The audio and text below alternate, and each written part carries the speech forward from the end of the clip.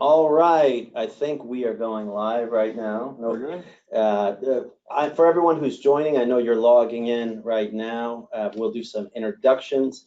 Again, my name is Andre Bailey. I am the founder of an organization called Rethinking Homelessness, formerly known as Lead Homelessness.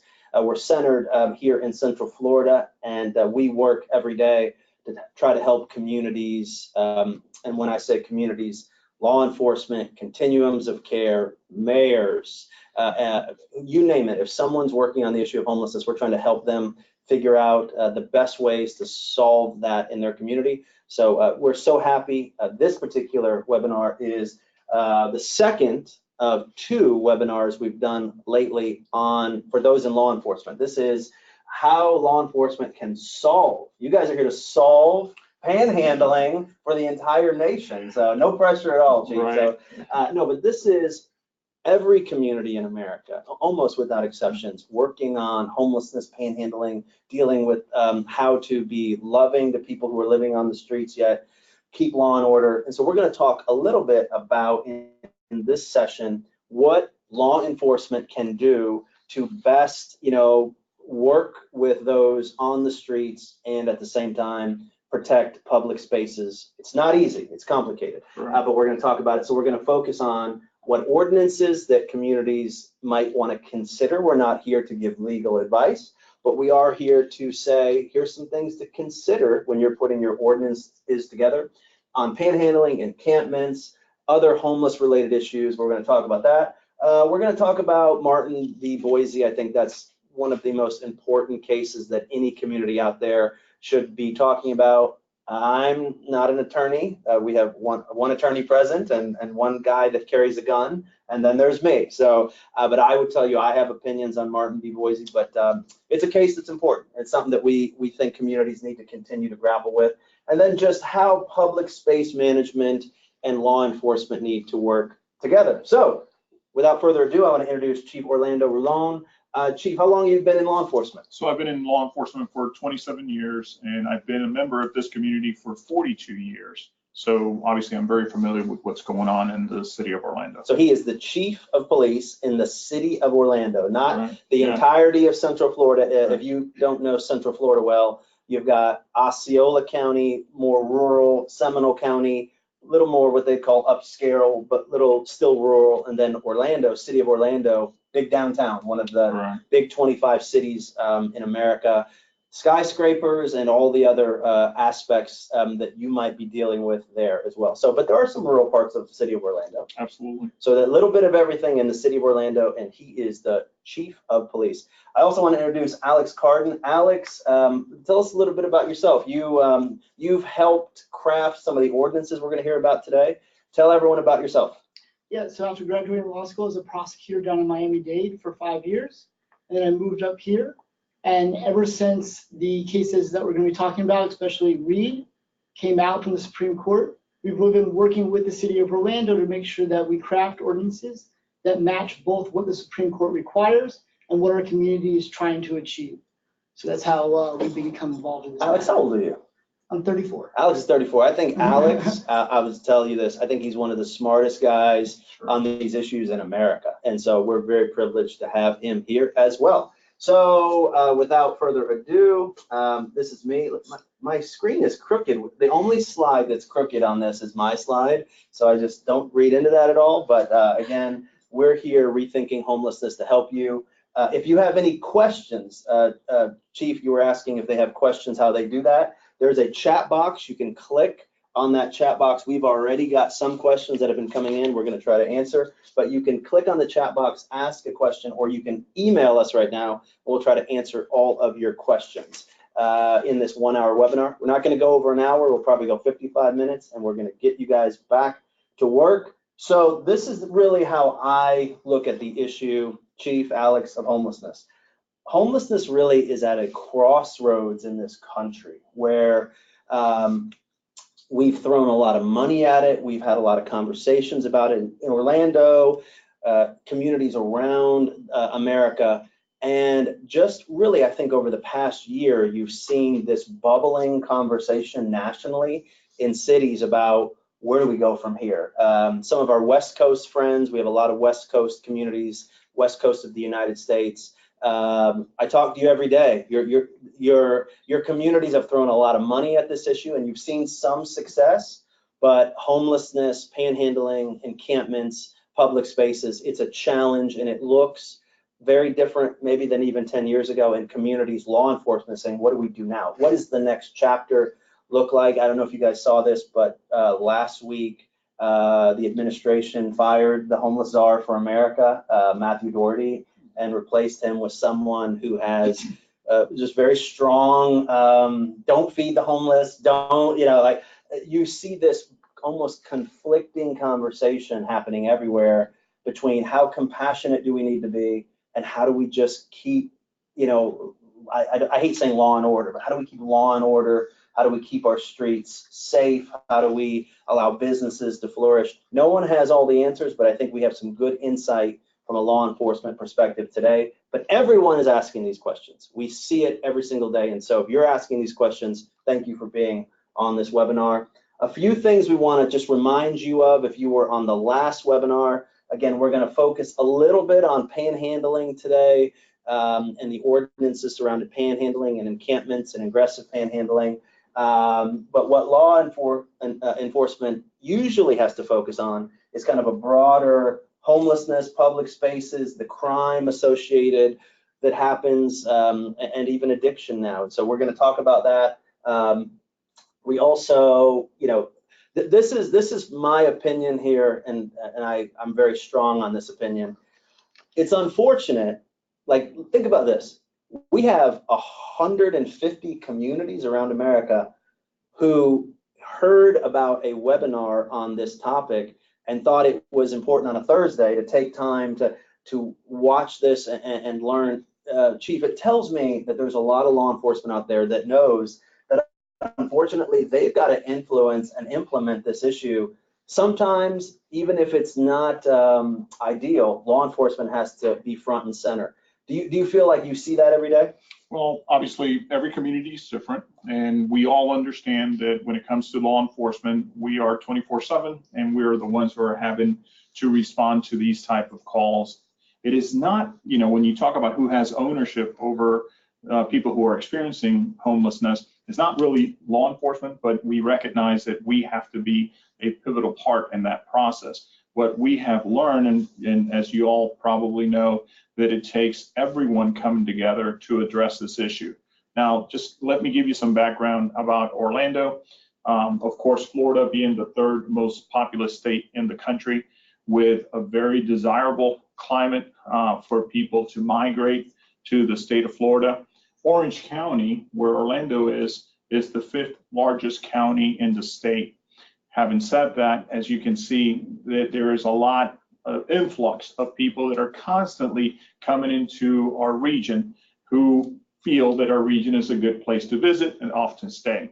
So because of that, also the city of Orlando probably has set the bar very high when it comes to the social services that are offered to those who are in need of some assistance. So that also, in a way, we were talking about this earlier, is sort of a blessing and a curse when you're the only portion of a large mass area that provides all these social services. It tends to sort of make it so that people gravitate towards your center of where all those services are.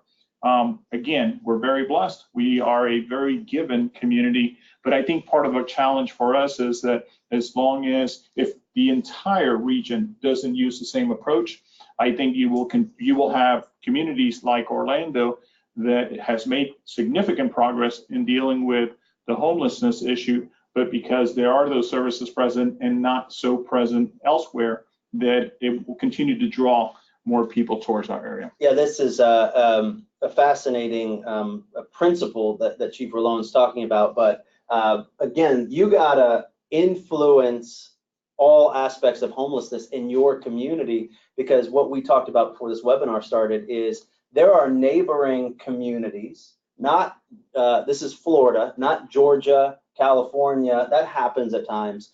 But when one law enforcement agency or one city inside of a region is working on homelessness and others are not, that community can almost be penalized by having other law enforcement in that same region send folks who need services or help to that area. Sure. Again, this is why law enforcement, I just want you to hear this. It is so unfair, the situation you find yourself in many times in your region, in your community, where you have to align leaders, get people aware of the issue and look at what resources are available and what strategies need to happen. It's unfair to you. Let's just start your Thursday by telling you, I'm acknowledging it's unfair, but sometimes, as you heard in the last webinar, if no one picks up the ball and leads on the issue of homelessness, it's all going to wind up on law enforcement's lap. And I would like to also add the fact that obviously what seems to be a very concerning issue for us in Orlando can be measured in the hundreds of individuals who are in need of these services, where there may be some who are listening to this right now that are dealing with thousands of people that have this type of need. Obviously, that type of challenge is far greater for some of you than it has been for us.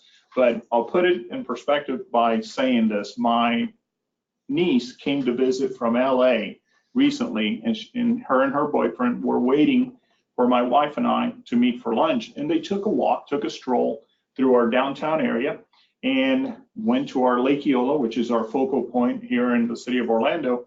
And while doing so, they obviously observed what was going on. When they met with us, they said, you know, you have a beautiful downtown. And we're like, well, we are very proud of our downtown. And then she went on to say, but what impressed me the most was the lack of homelessness that you have in the city of Orlando.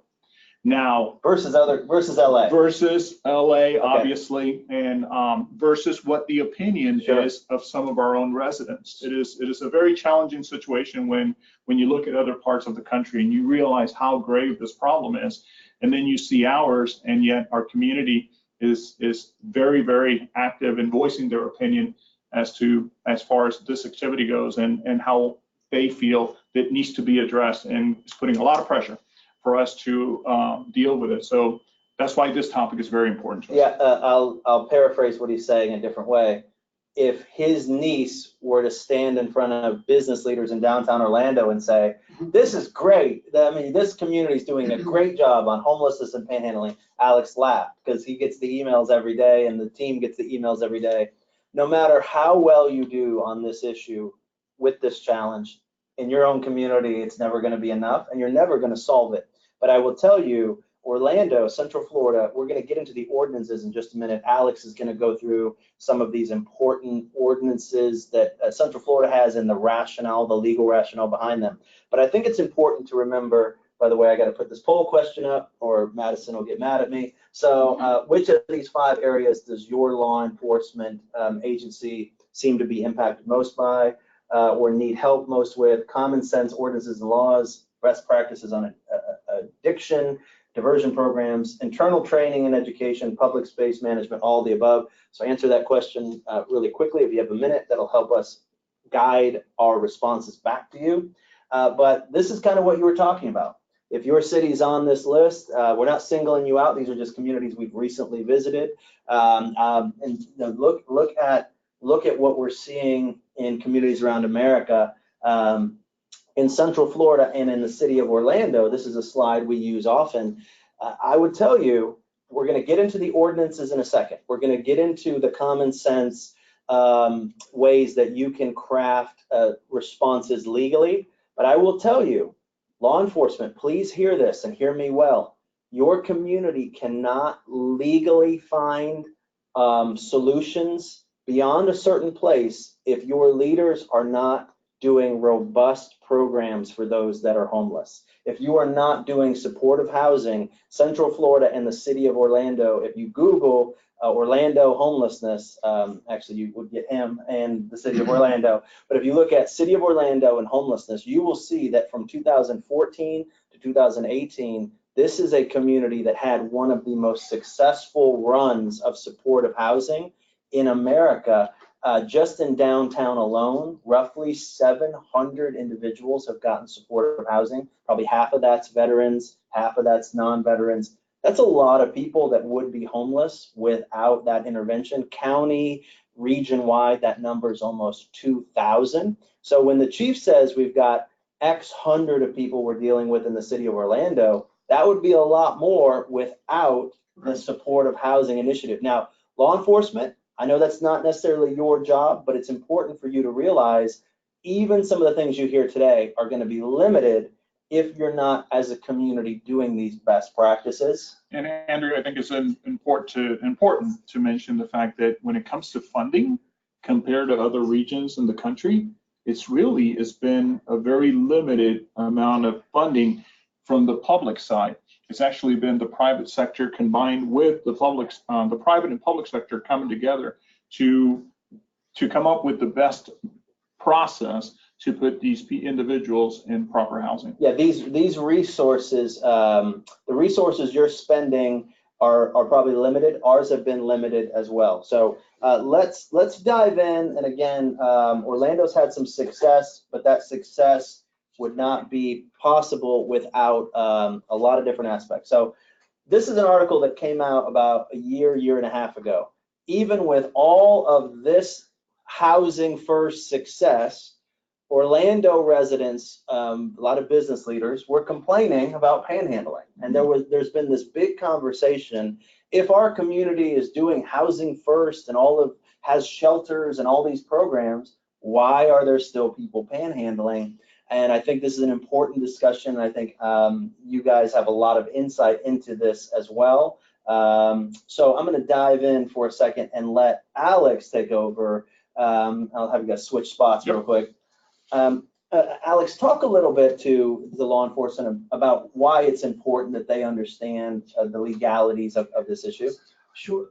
As I'm sure you're all familiar with, if you don't have a firm footing on the legality of these issues and your ordinance run afoul of the Constitution, you're going to find yourself facing an ACLU or another suit about 1983, and you're going to be paying out big damages on those cases. Probably more money than you're spending on this issue if you deal with it proactively.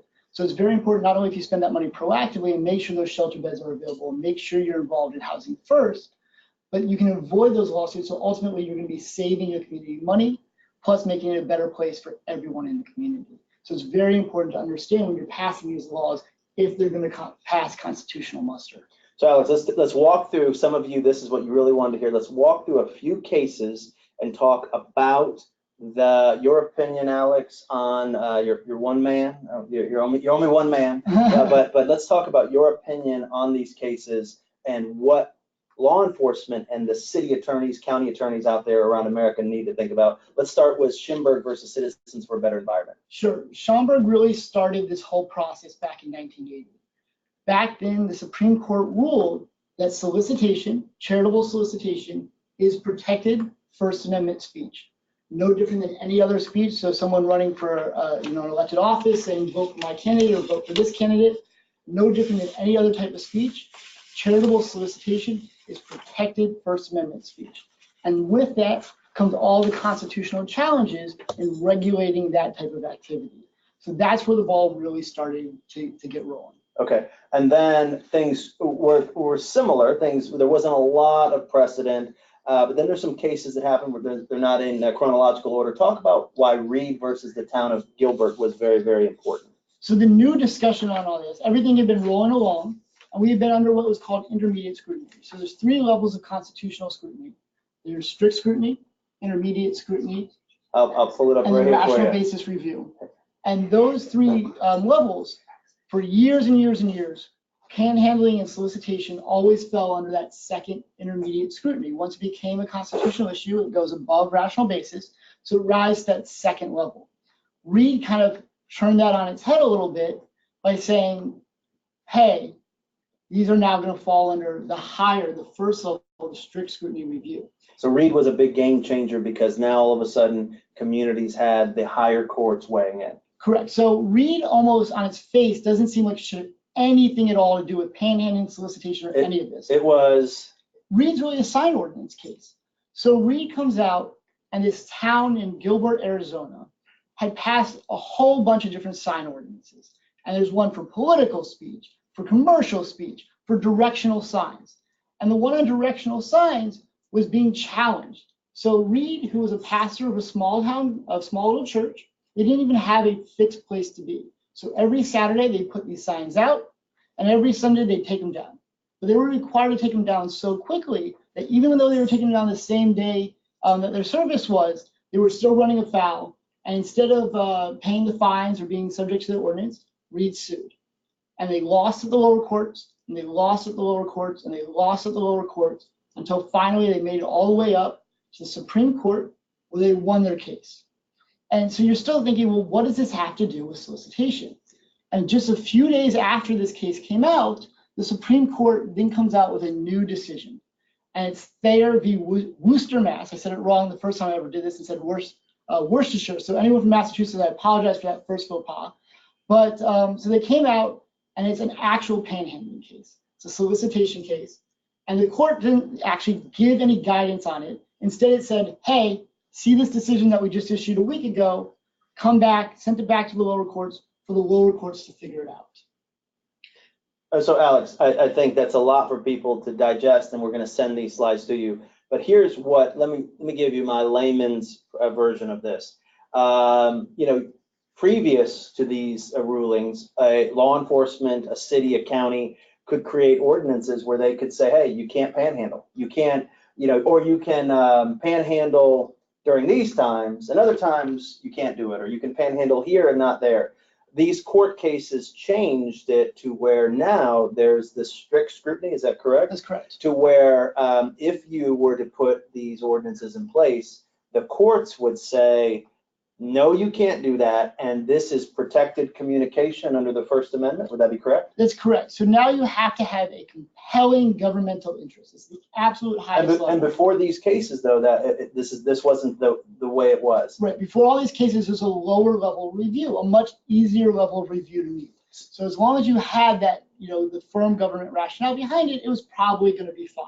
You couldn't do something that was arbitrary or capricious, but it's probably going to be fine. So let's give you an example of that. Let's fast forward to the city of Tampa in 2016. The city of Tampa, if you're on this, we love you. We're not you just happened to be a group that really was doing what a lot of communities were doing. They had the ordinances. City of Orlando had similar ordinances previously. Most communities had ordinances that were strict on panhandling. The Thayer case comes out, and suddenly the world changes, and now Tampa goes to court to try to defend their ordinances, and what happens? Yeah, so our ordinance in Orlando was actually very similar to Tampa's. That's why this was such a big case for us. So we saw their decision. They go to court and they lose. The courts basically strike down this entire ordinance.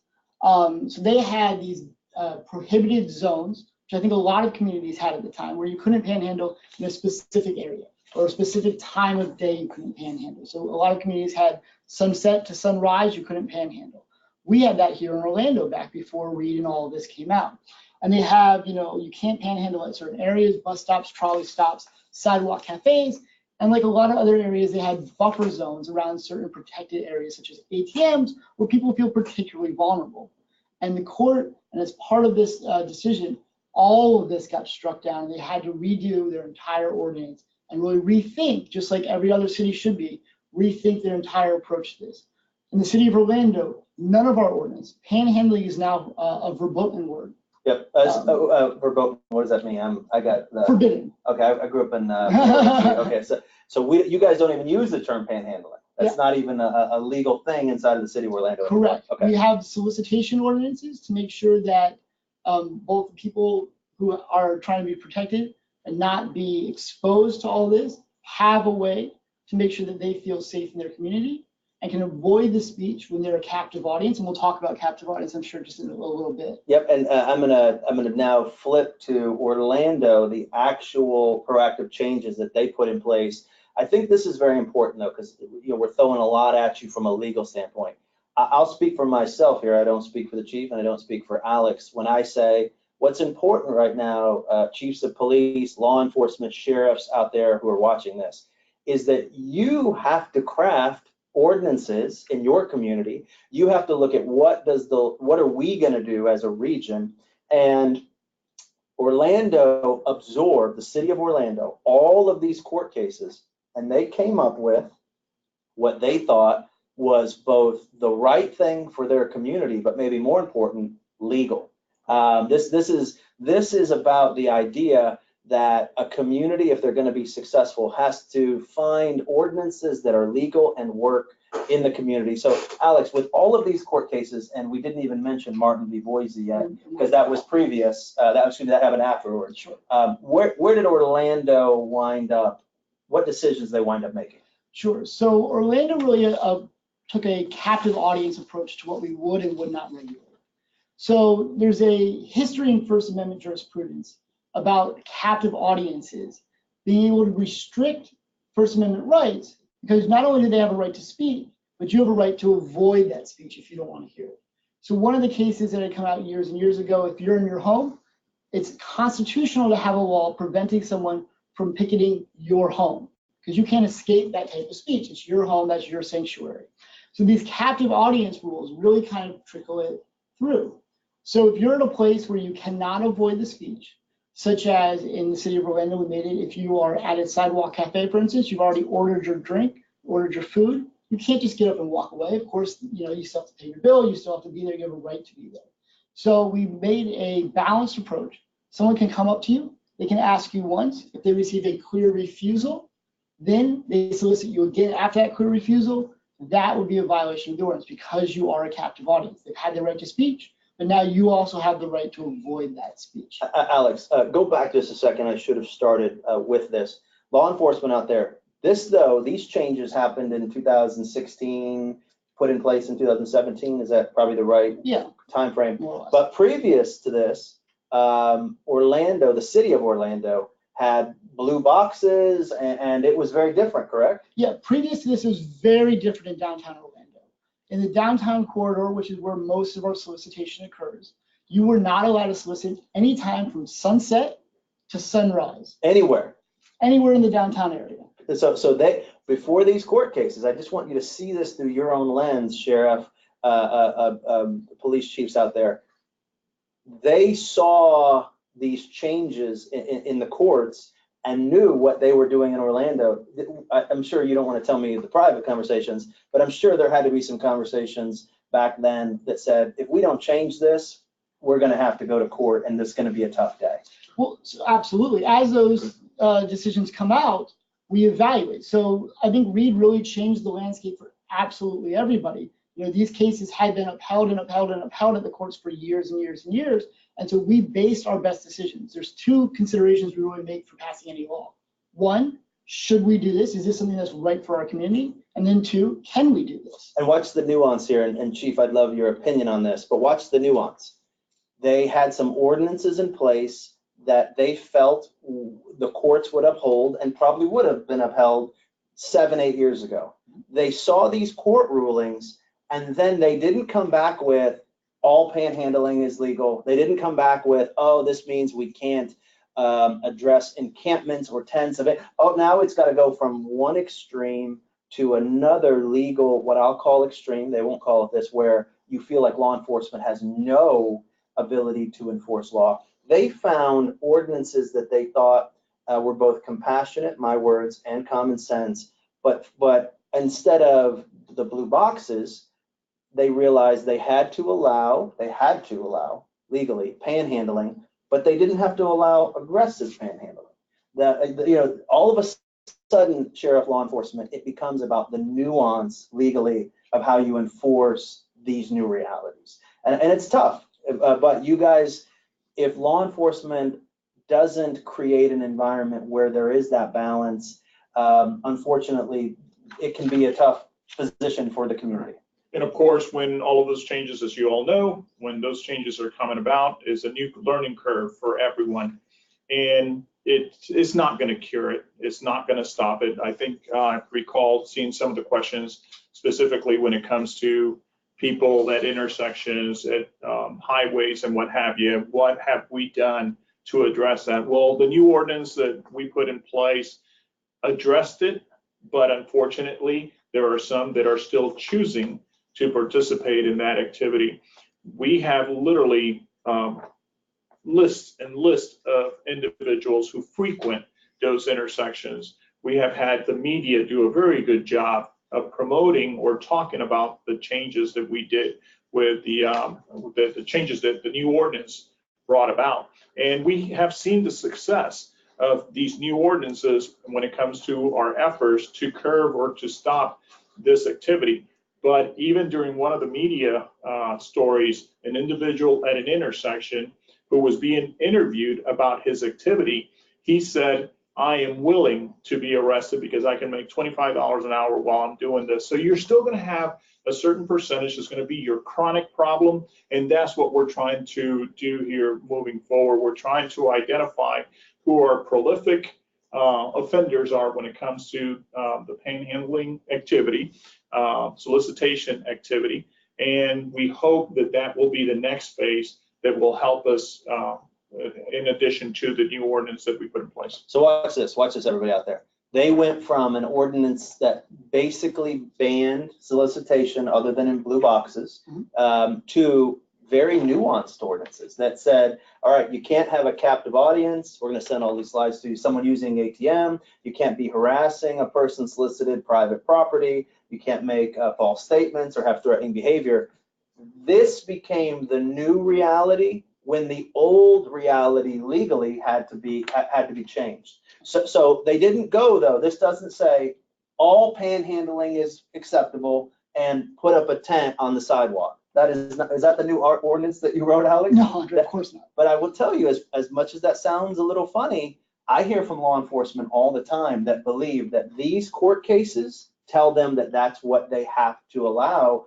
And if you want to allow that, if there's one thing I would tell law enforcement, mayors, other business leaders out there in cities around America, you can try whatever you want in your community. It's a free country. You can try whatever you want. But I encourage you not to be deceived in thinking that all these court cases mean you can no longer enforce any panhandling ordinances or any encampment ordinances. I think that's where I'm seeing a movement in this country that's a little bit unnerving to me, because if you want to go down a road where you allow a lot of aggressive panhandling and people living in public spaces, again, you have that right. But for someone to tell you the legalities say you have to do that, I believe that's incorrect.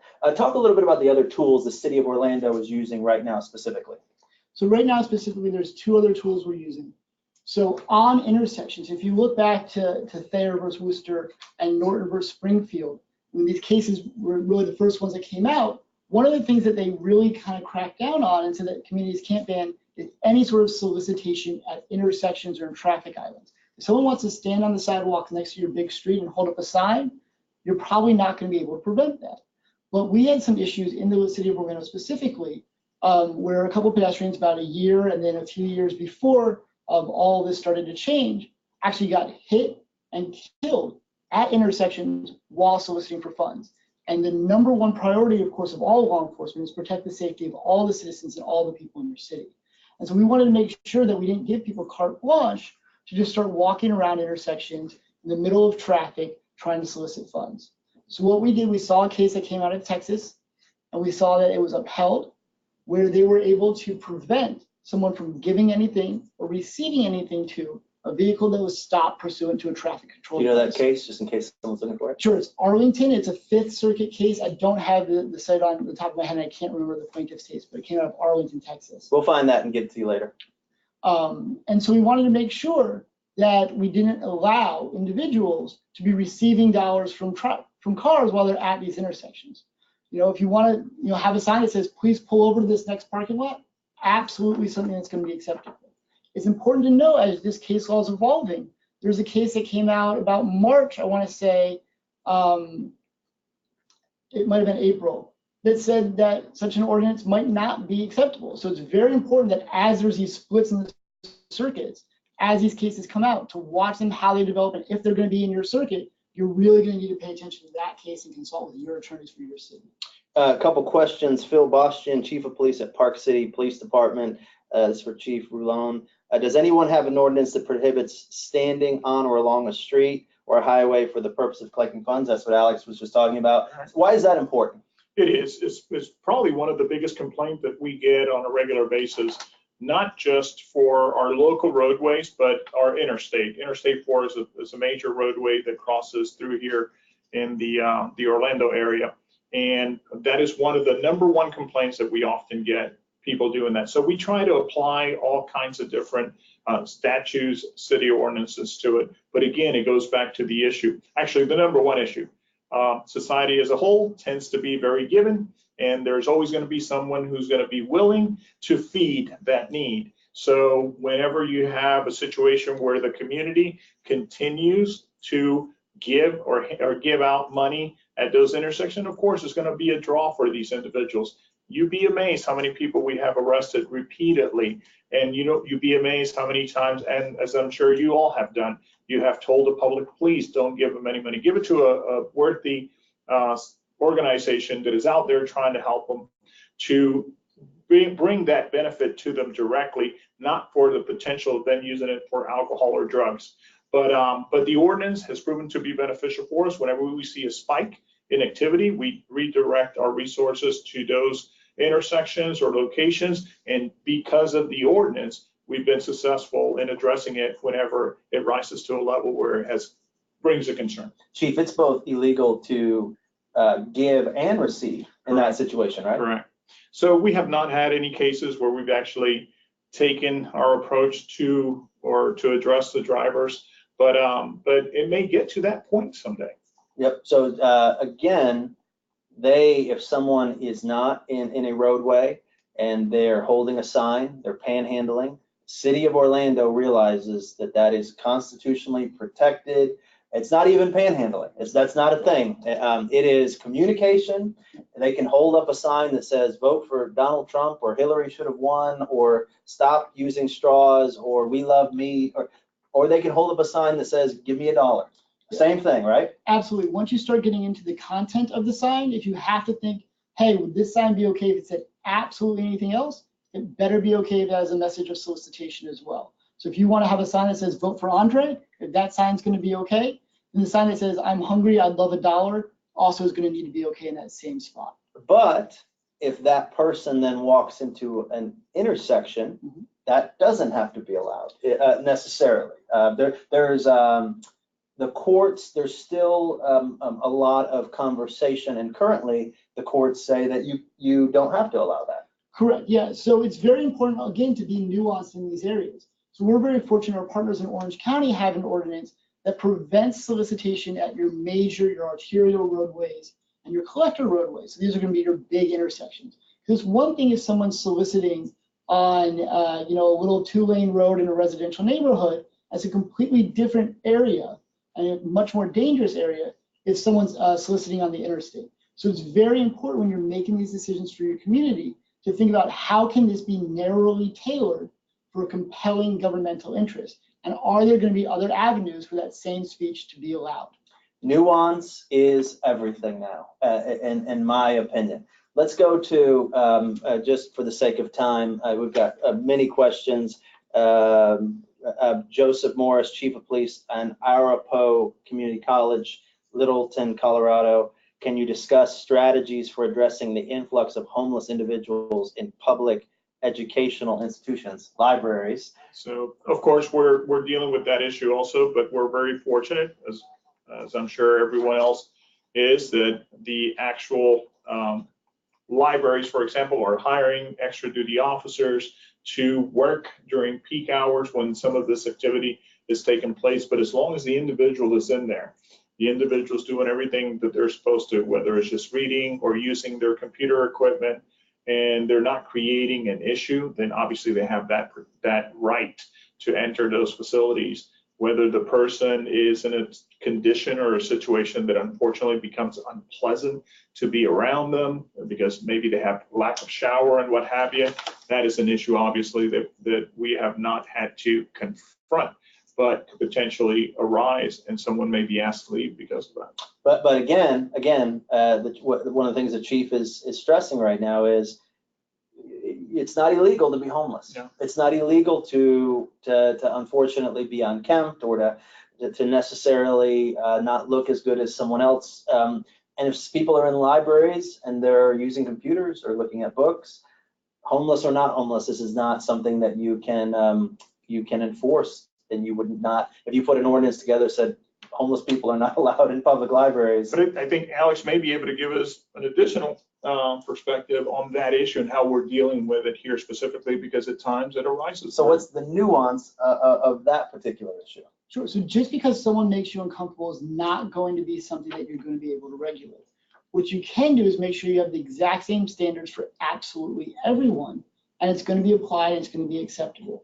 So if someone has to have shirts, shirt, shoes, no service, that applies to absolutely everybody. That's not going to be an issue. So if someone wants to walk into the library, if they don't have, shoes on, that's something you can certainly regulate. That would be an acceptable thing to do, just like any business will have. I think most businesses and restaurants are probably required to have that type of regulation. So applying an ordinance or rules to homeless individuals and not applying it to everyone is a sure way to get yourself in a problem. Absolutely. So let's pivot a second, because this question will lead right into Martin v. Boise and camping.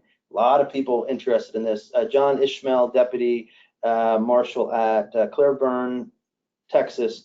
Are shelters the best option to address the homeless problem? Let me start by just telling you that shelters are a very important part of both the compassionate response to homelessness and the legal precedent for homelessness. When there's a court case, Martin v. Boise, that is probably, in my opinion, the most important, one of the most important court cases being batted around right now, which is really, I'll use my language, and I'm going to kick it to the expert here, Alex. It's really a court case that says if people are living on the streets, they're homeless, what is the threshold a community has to meet in order to enforce most ordinances, especially camping and them living on the streets? That's my lay person's analysis of it. But Alex, how important is this big conversation right now about encampments, shelters? What's happening right now, and how does that affect the city of Orlando and other communities out there? So I think you're absolutely correct about Martin v. Boise, that it really changes what it means to have available shelter space and have space available for these individuals. I don't think it's really that much of a game changer, though, in terms of for all of these ordinances, for all of your camping, your encampment ordinances to really pass muster. The real marquee is you can't criminalize homelessness. You can criminalize the choice. So as long as there is a place for them to go, so as long as you have that shelter bed available, you're gonna be okay in those camping ordinances. If you look at, we're actually really fortunate. Back in 2000, we had a case, Joel v. the City of Orlando. Huge case, important. Very important case. It came out shortly after the Pottinger decision in Miami. And what it really did for us was it defined the fact that because we had shelter space available, and the court really relied on that aspect, because we had shelter space available, we were able to enforce our camping ordinances because essentially the individual had a choice.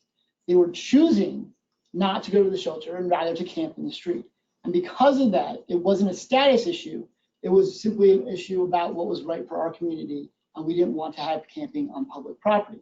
If we did not have those shelter spaces available, I can tell you that I would very certain that case would have been decided differently.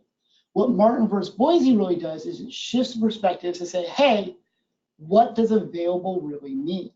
If there are these thresholds to getting into this, if you have to go to prayer groups, if you have to pay a fee to get to the shelter, if it's not of your liking, if you don't feel like it's something you just want to, I don't want to be in a room with other communal people. Correct. So at what point, where does that line get drawn to what does it mean to have available shelter space, to have available places for these individuals to go before you're really criminalizing their status? So that's where Boise really changes the conversation. Yeah. So and Chief, let's put this.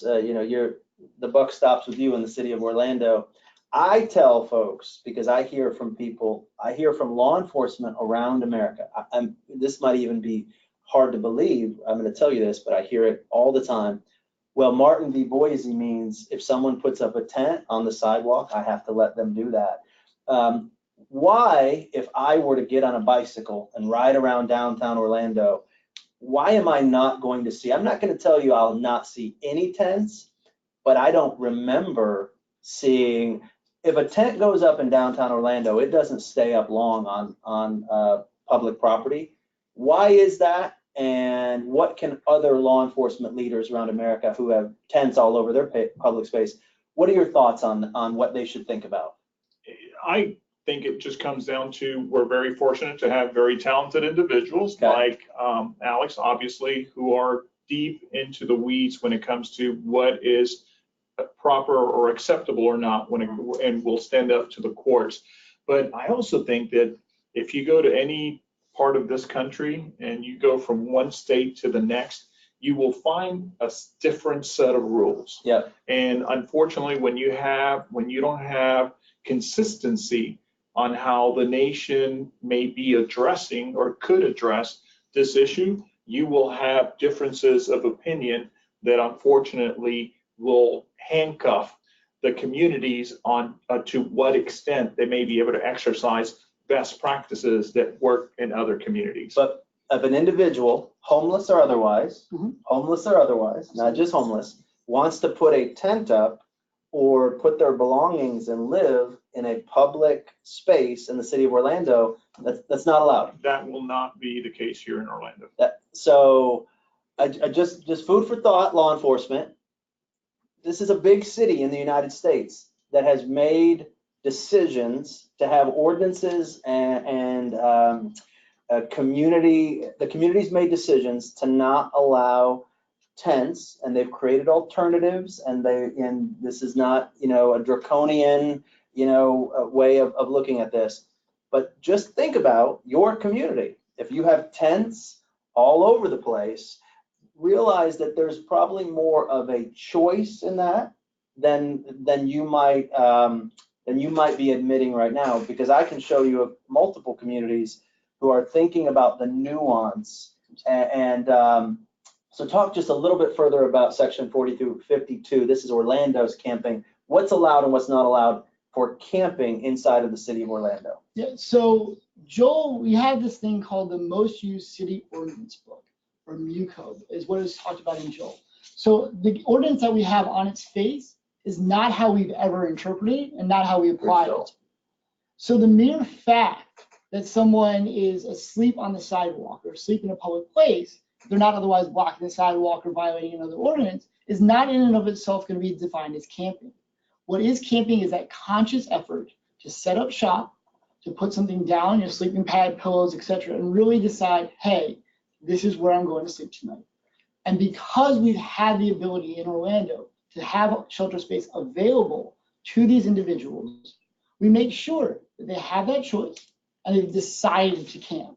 Because they've made this choice to decide to camp and decide to violate this ordinance, it's not a status violation, and we've been able to uphold the camping. Without that shelter space, though, your opinion, you'd be shellacked in courts if you tried to put these same ordinances in place. I think so. If we did not have another alternative for them to go, that's low barrier or no barrier, so that's where you got in trouble in Martin v. Boise. If you don't have another place for these individuals to go, you're gonna have 1983 problems when you get into court. So, and I just tell you, if you were to drive a Segway around the city of Orlando, especially the downtown, this is just, hear me, law enforcement, hear me and hear me well. I just want you to ponder this. You will see homelessness.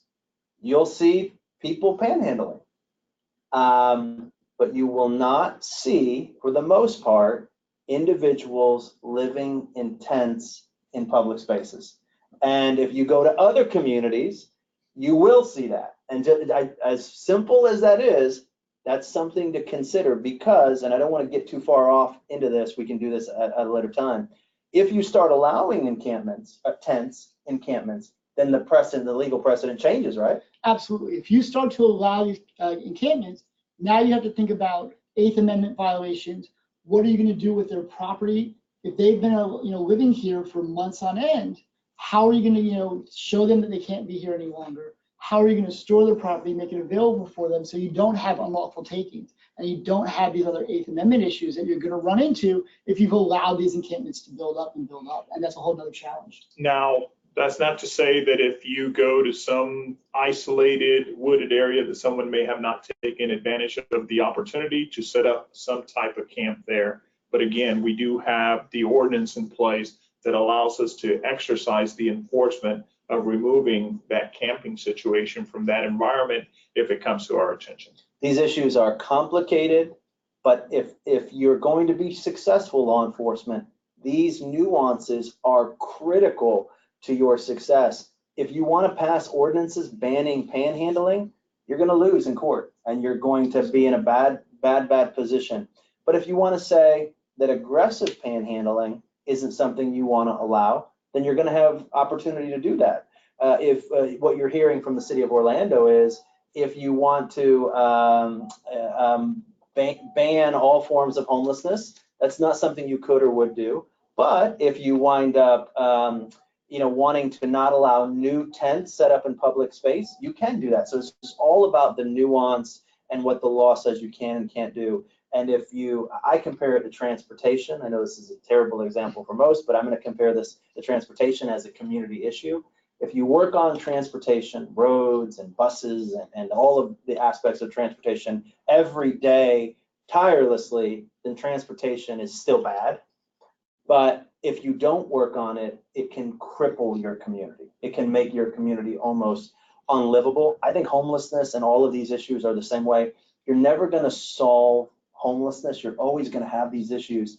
But if you're not smart, if you don't have the right ordinances and you don't nuance this, there are communities that we've all been to that some of you watching this, homelessness, panhandling, the encampments, they have crippled your community. But in a way, then what you're hearing is, speaking for myself, not them, there are parts of this, if you're not careful, that you're allowing that the bigger laws don't say you have to allow. Is that a fair thing, Alex? Is that a fair way of saying it? Yeah, I think that's a fair way of saying it. So the poll question, all of the above was the winner. 50% of you said that you're dealing with both panhandling, the legal aspects of this, et cetera, et cetera. Remember, if you have questions, we've only got a few minutes left, but you can put them in the chat box. A couple other things I want to just kind of stress to you to be cognizant of. We are coming out next week, law enforcement. You've had a little sneak preview of this. A study we did, a 1.5-year study of panhandling and in the downtown corridor. We believe that some of this data would be applicable. We believe this is applicable to most downtown corridors, but that's just our opinion. Found something very interesting, Chief, like you were talking about.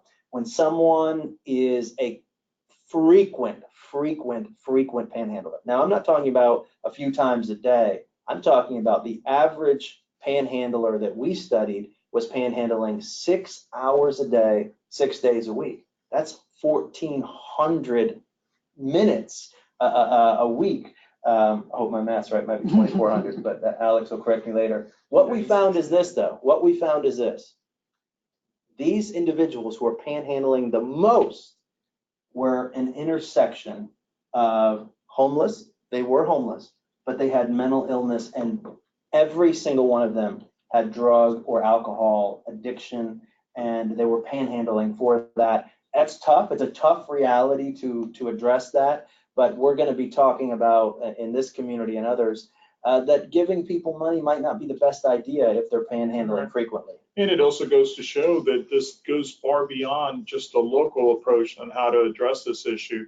The state has to get involved. The federal system has to get involved. Our jails have become the cure-all for individuals that truly are suffering from mental illness or are truly addicted to something that they just can't control. So it's going to have to be a broad approach to really truly handle this at the national level. Yep, and we're going to talk a little bit more about how in the future in this community, other communities, sometimes you're going to find that Pareto principle, if I'm saying that right, that a lot of the panhandling that happens in your community is probably just a small amount of people who often have addiction issues, et cetera. So this is just something to be cognizant of.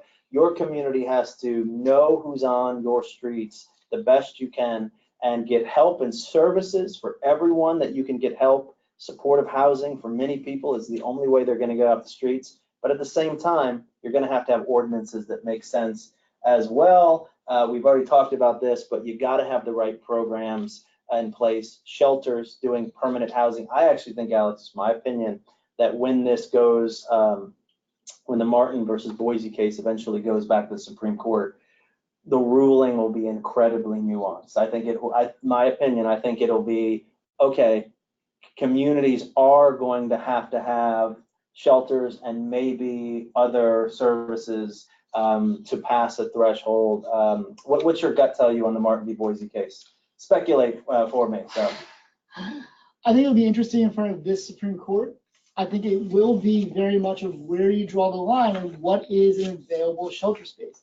I think if you start having issues where you're saying there's religious requirements or other requirements to get into that shelter that the average person's not going to meet, you're going to be in trouble. And I think that's kind of where they're going to draw the line, that it has to be practically available. Yeah, and I think, and again, I'm going to share this with you. This is not their opinion. I think right, wrong, or indifferent, you have an ideology war right now where there are some people that probably are on the side of, there are people that are homeless, they need to go figure something out and get off our streets. You have another side of that argument for people who would say, listen, people should just be able to live wherever they want, on the streets. You know, it's who's right, who's wrong. The courts have to determine this, but your community needs to be very cognizant of these ever-changing laws so that you can have all the tools in your arsenal to make your community the best place possible.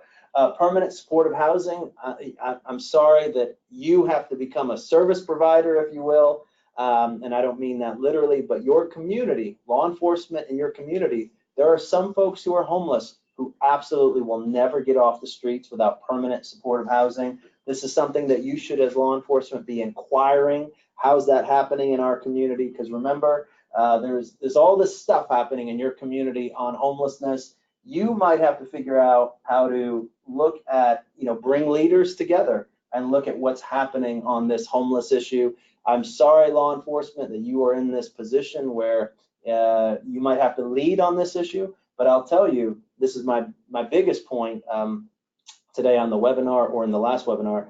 Law enforcement is probably in a position in many communities in America where they must influence or implement sometimes the bigger solutions. You heard Alex just say, I told you Orlando, in my opinion, the city of Orlando is a tremendous example of success, both from a legal standpoint and from what you see on the streets.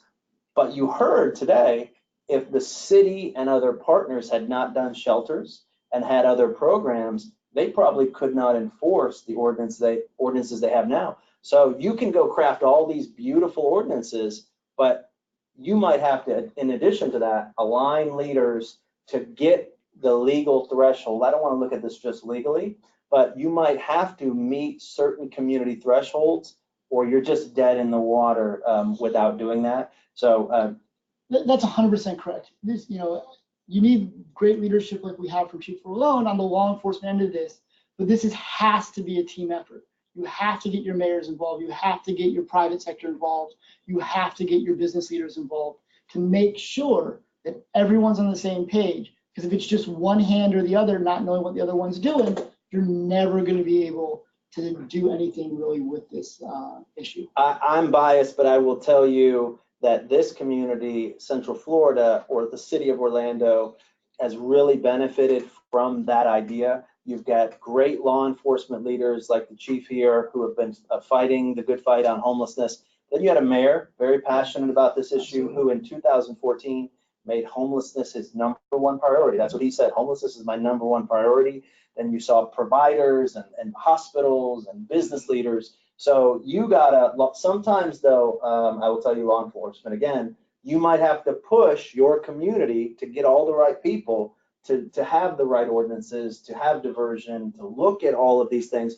Law enforcement might have to be the catalyst at times in bringing all the right leaders together. I will tell you, we would love to help you do that. That's one of the things we help communities do, is organize themselves. We talk to mayors, business leaders, COCs all the time. So we'd love to help you offline do that, and let us know if we can help you. I will close by letting thank you for attending. Chief, I'll let you close out. What would you say to law enforcement out there as we close? What's your kind of final piece of wisdom to law enforcement leaders out there looking for compassionate and common sense solutions to homelessness, panhandling, and encampments? So the number one question for us is always, who should take ownership of this issue? It may not be law enforcement, but I think we can be instrumental in helping solve or address this that is affecting the nation as a whole. Alex, any final thoughts for maybe city attorneys or others that are looking at this from the legal standpoint? For the city attorneys, know what your circuit's doing. Talk to your city attorneys and talk to your police. If you don't know what your police are doing and how they're actually interpreting your laws, you're going to find yourself in a bad way when you get into court. And so Alex is not for hire. If you try to hire him, the chief will. We'll loan him. Well, he's on loan for 1 hour a month, but that's it. Again, thank you, Chief Alex, for joining us. Again, if we can help you, we'll be in touch with you. This is important. I'll tell you this. This is one of the most important conversations that cities are having, that law enforcement is having. These are individuals on the streets that we want to figure out how to help. We want to figure out to get them better solutions, but we have to do that at the same time while preserving public space and safety. And we can do both, but it's going to take law enforcement's work to do that. Thank you for joining this webinar. We'll be back in touch with you to talk about other ways we can help you. And we'll supply all these slides, and we'll give you the contact information for the chief and for Alex in case you want to contact them. Thank you so much for joining us. We'll be in touch with you soon.